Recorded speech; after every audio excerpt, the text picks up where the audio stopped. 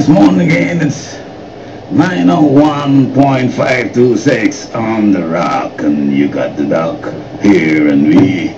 Remember, I promised you last week we're gonna talk about addiction, and we said that the most drug that people are addicted to is alcohol. You ever wonder why is it you can drink alcohol and the only time you get locked up is when you get drunk, huh? They had other things like cocaine and those things you don't have to, really it wasn't illegal to have them. Then it may compete with alcohol, but now everybody can go in there once you look your age and you can get alcohol. So society has allowed us to get this drug to creep in on us, and oh man, it can cause so much trouble. We'll be talking a lot about this Saturday and the Saturday to come. And no calls today because I'm gonna deliver to you. And I have in the house with me, I have some wonderful people. But Jane is here, and Jane is gonna tell you about this stuff. And we'll talk to her a little later. And I'm gonna introduce her to you, but today's Saturday, and at the Sparman Clinic, you're 50 or older, an EKG, we having them free. It's a fair, a nice EKG fair. Go there and get your EKG. Yes, you look good in the mirror. You look very handsome and beautiful, and you have nice shape and all those nice things, and you're stunning. But what's going on inside? Gotta check that ticker. It's the beginning of the year. So, yeah, get back to the community. We will do some free EKGs this Saturday and next Saturday from 10 to 3. So, finish your shopping and so forth. Go by, get an EKG, and the good doctor will tell you good, bad, indifferent, or other things. So, I'm here today to talk about alcoholism. And, well, do you think you have a drinking problem? Do you feel ashamed or guilty about your drinking? Do you lie to others and hide your drinking habits? Have family, friends, and members of your family who are worried about your drinking? You have any of that happening around you? Do you need to drink in order to relax or feel better? Do you get blackouts when you drink? Well, do you sometimes drink even more than you really have to or want to? Think about these things. Gregory Isaacs in the front door, and I'll be right back, and I'll introduce Jane to you this morning. Smile. Say hi to somebody next to you. You're on the market, you going to the market? Turn up your radio and listen to the doc. We're here. It's 9:05. Gregory Isaacs, front door, and I'll be right back. Oh, that's sweet for days, man, Gregory. Not here with us, but we can see him again someday. Oh, yeah. Don't want to be lonely tonight. Nobody wants to be lonely. You always want to have someone you can talk to. Someone, hands you can hold. And someone that you can, call your friend, your lover, your family. All those things. Good morning, Jane. Good morning. How are you? Thanks for coming being with us today. And it's a pleasure. Jane is here, and we're going to go through the whole thing about alcoholism and how it comes in there, and it can tear your world apart. It can destroy your family, your children. It can cause you to be estranged from your friends, and even the things that you love. The things that were close and dearest to you becomes things that you don't want anymore. Are you the type of person who you're very much involved in your job, and then suddenly you find that you do not even wonder or care whether your boss is upset or you're late for work every day, and you come home and you're always beating on your spouse, or you come home and you're always quarreling with your spouse and always making excuses and so forth? Yes, this thing is not easy, and Jane will take us right through about, and we'll go all the way. We will divide it into two parts.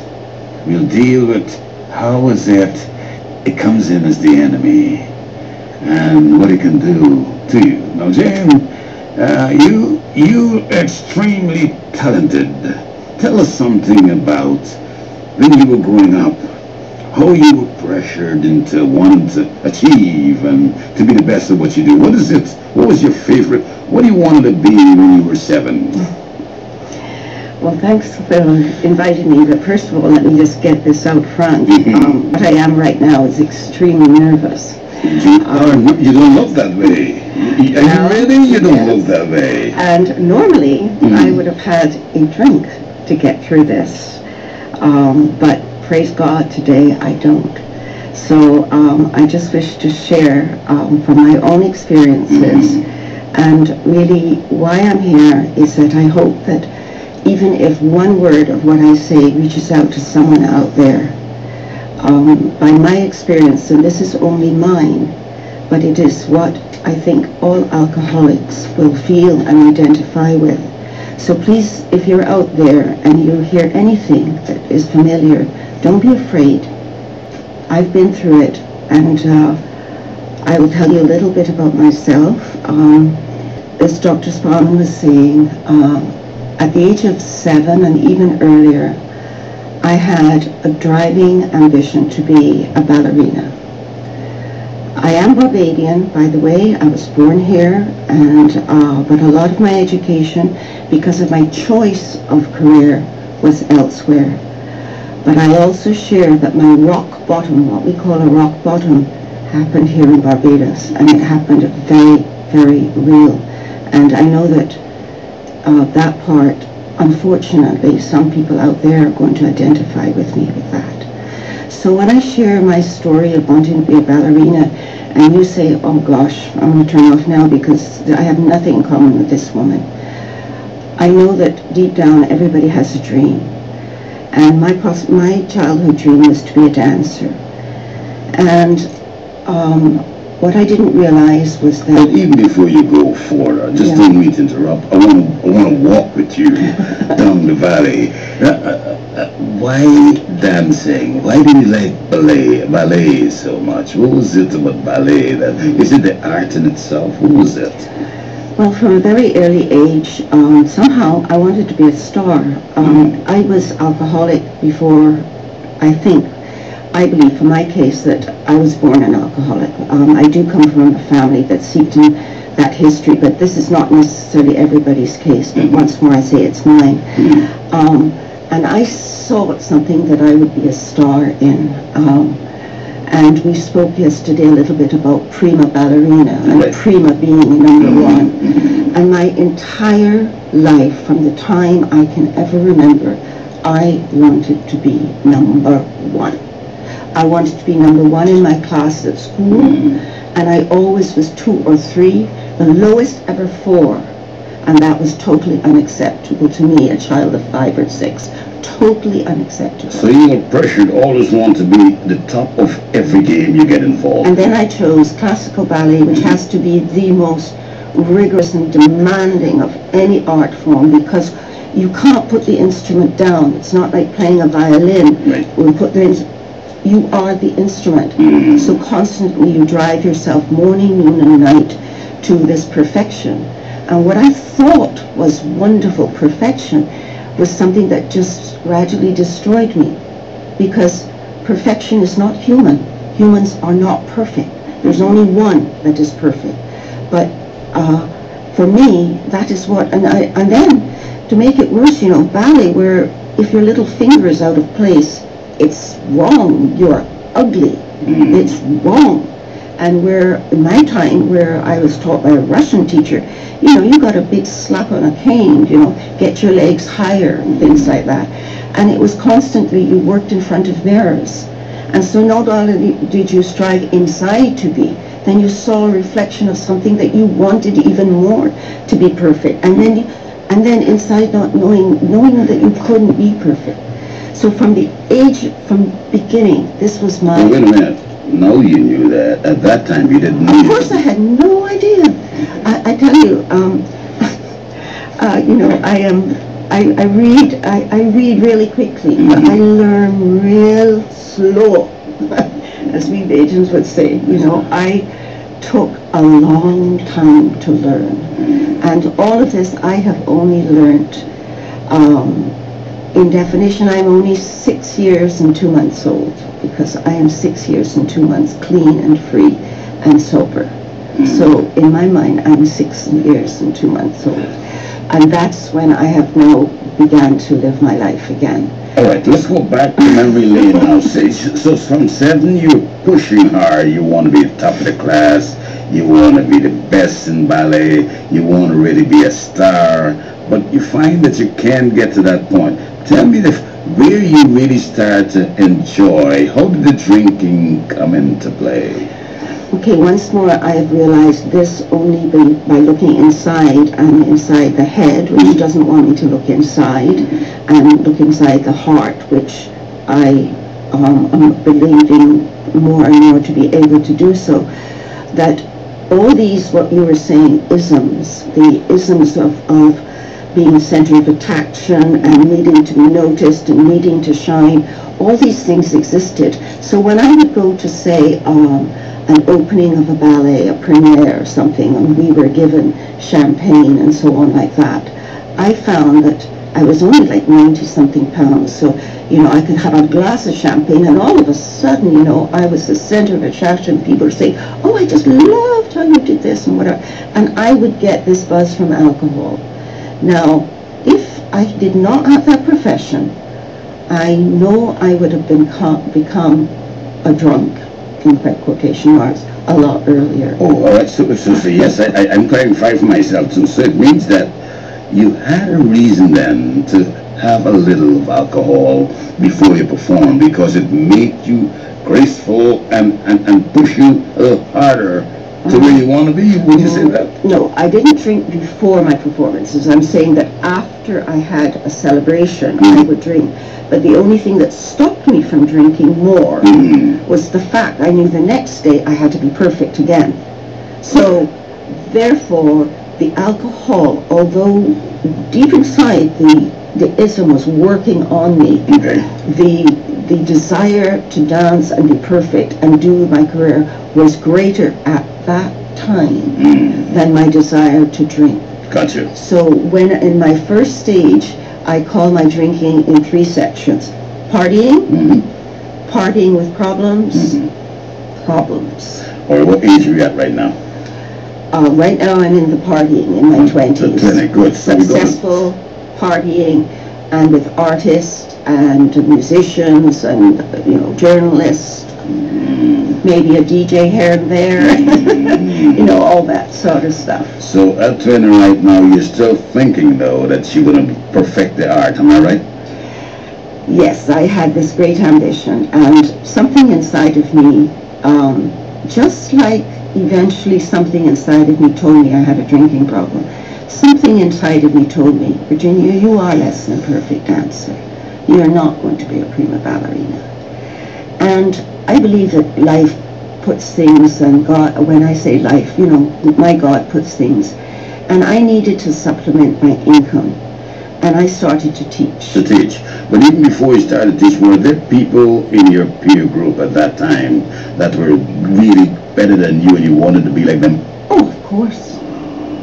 Yes. I mean, I am 5'4" and a bit, I like to say.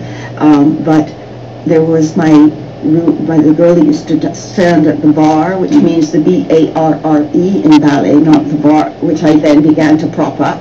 So this is very ironical. I used to hold on delicately to a ballet bar and then end up propping up a bar. But this is the irony, and this is my journey, So, and what would happen if someone listening, you might have been very good at being an engineer and, doing fine things, and then find yourself in a different situation. So I'm begging once more to get back to why I'm here, is that people don't listen to the differences in what I'm talking. Try to identify with the similarities. That I had someone in front of me that she was 5'8.5", 5'9". Now, in my mind, I wanted to be 5'8", and I, in my mind, then would make myself 5'8", because that's what I wanted. So it began also my beginning of lying to myself and my delusions of that if I can't be that, if I'm not that, I'm going to be that. And I'm going to be that in my mind. So limit, put your fingers down your throat, throw up, get skinnier.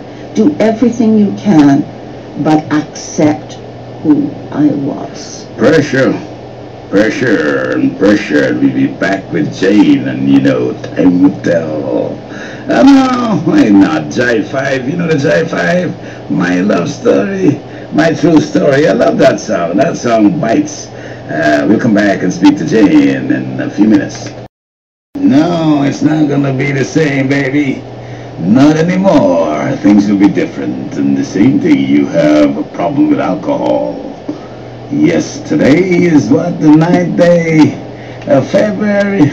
Yeah, this could be a day Jane is gonna tell you. You're gonna stay tuned, because next week you'll get a chance to ask questions. You find that if you don't drink, you're anxious and you're jumpy. You find that you're shaking and trembling. You're sweating and you feel nauseous.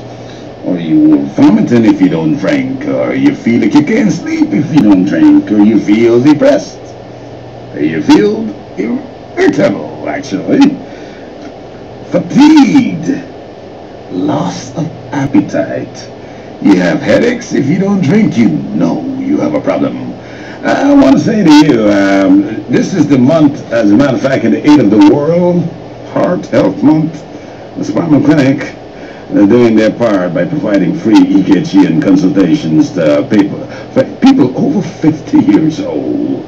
This Saturday, the next Saturday, from 10 to 3 o'clock, 10 a.m. to 3 p.m. in the 8th of the World Heart Health Month. And we have Jane back in the studio, and we're talking about her pressure. She's pressured to be the best, as we all want to be the best in something. And she ballet, and then she went into teaching and so forth. And still, the pressure to be the best, even as a teacher. Tell us, Jane, let's go on now. We're around 24, 25, you're teaching. What is happening in your life? I want to tell us how this little thing they call alcohol, ETOH. It doesn't matter whether it's rum, or beer, or wine, or whiskey, or brandy, or Hennessy, you name it. It's all alcohol. It's just a matter of percentages. And if you drink in beer and it's 12%, you drink 10 of them, it's a lot of percentage. So tell us now, 25. Okay, I think we were just finishing on my inability to accept myself, and I think that this was the problem that will arise all throughout the next little thread. I now come into what I call the problem of partying and problems. So, I begin now to party, but because my responsibilities, I dismissed responsibilities, because with alcohol and because of my persona, I'm able now to try and avoid any kind of responsibilities. I put my career and my persona, I put myself first above everything. I put myself before my family. I put myself before my son. So you became selfish? Selfish and self-centered, yes. This, unfortunately, is a characteristic that many alcoholics suffer from, and then it becomes a way of life, and we are able to justify just about anything. So wait a minute, so when you were doing this, you didn't think at that time, when you were becoming this person who you were not, you were very friendly, outgoing, loving, daughter and parent, and suddenly you become selfish, you're putting yourself before everybody else. How did you put yourself before your kid? What did you do? Well, mainly, from an early age, I said that I wasn't too sure how. I think my son brought himself up, and he had God on his side, really working to bring him through, because to be quite honest, I don't recall a lot of my parenting. I know this sounds, I'm going to shock a lot of people out there, and this is not something I'm saying because I'm proud of it. This is something I'm saying that is the truth. It's not easy for me to say this. I've never said this other than to people that love me and people that care for me. A lot of the things I'm saying this morning I have never said to a wider audience, but it's something that has to be said, that alcoholism eventually will. I have a friend that says it's the great remover, not the great pretender, the great remover. It takes away everything. It will eventually erode your morals. Even if you were brought up in by a pastor and his wife, if you're an alcoholic, morals will just disappear. And the lying, you know, before I lie to you, and I have to lie to myself in order to lie to you. I got you. So with result, I lied to myself constantly till the beginning that I would believe things. So I really, you know, felt there was nothing wrong with with the way my life was. And then when I will fast forward for time's sake too, is when we get into this partying with problems, and eventually I also then got married, and once more I got married for all the wrong reasons. At the time I didn't think so, and then when the marriage wasn't what I wanted it, I made it into the marriage that I wanted, because the Jane person in me just never did anything wrong. Let me interrupt quickly though. How much drinking would you have done at that point?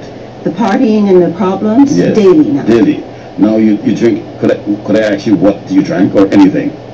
Oh, this time it was posh. Oh, posh. This was posh drinking. This was wine and vodka and stuff like this. Got This you. was posh drinking. Morning you get up, you drink right for the day, you take Not necessarily. The drinking with problems was, I even went to a hairdresser that used to offer wine in her salon. So that was quite normal. by choice. Because, you look for that person. Oh, yes, you know, because this was the 80s now, and the 90s where, you know, it was kind of chic. And then I'd go to lunch, and you just don't have a salad. I wouldn't eat. I would just drink my wine. So I just drank my calories, because God forbid I go over 110 pounds, you know, so and not look healthy. I used to ride I used to do my exercise, go to an exercise class, sweat like you couldn't believe, and come home and drink a vodka and tomato juice, and that was lunch. That's what your calories. That was my So calories. how did you tell us now? But it was total I denial. want to know how you can go to, because they want to climax at rock bottom. See if you can take me from here to rock bottom, because the people going to be calling next week. Now, you got 2 minutes to take us to rock bottom. Go on. I give you, it's all yours. Okay, from there, immediately what happened was, in the year 2000, I lost my brother, and I lost my brother to alcoholism. That time, when I buried him, the fear crept in. Then I knew I was an alcoholic inside, but I did not tell anyone. By this time, and then a year later, the husband that I so-called immortalized in my mind, once more I'm taking on this, it was my creation. I actually found him in bed with another woman. I mean, just like in a soap opera. And then a year later, I was diagnosed with cancer. So I had 3 wonderful excuses now. It was poor Jane, poor Jane, poor Jane, I drank. And that's what I did. From then on, I drank, and I drank, and I drank, until I hit my bottom, November the 18th, 2006, bloody, dislocated, and pushed down the stairs by a so-called person that I trusted and loved, and on my way to the psychiatric, my psychiatrist rather, and I passed the psychiatric hospital, and if someone had told me 3 hours later that's where I was going to be, I would have told them, you're crazy. Jane, stop right there. I feel it. I feel it. I must clarify, there are episodes where Jane to the point felt that life didn't mean anything, and because of that, of course she tried to leave this world, and that's how psychiatry came into being. We'll stop there. You see how serious the thing can be? Next week, call us. It's now 9:31, and it was nice being with you. We love you. We care for you. We need you. Go out there and be happy and enjoy. Be safe. And I look forward to having you get ready with your bakes and your coffee and sit down at 9 o'clock next Saturday.